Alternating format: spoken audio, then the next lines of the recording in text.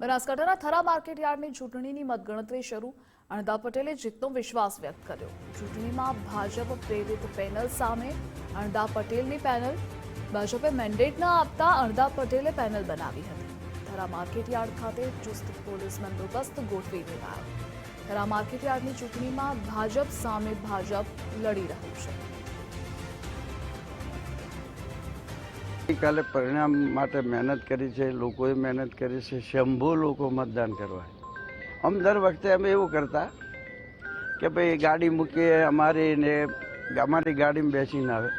આ વખતનું જે મતદાન થયું છે ને એમાં એક પણ ગાડી મારે મૂકવી પડી નથી। સામેથી લોકોએ કીધું કે સાહેબ અમે મતદાન કરવા આવશું।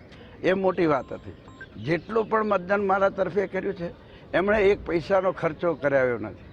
જેટલું પણ મતદાન કર્યું છે એ લોકોને કોઈ દાડો મને મળવા આવવું પડ્યું નથી।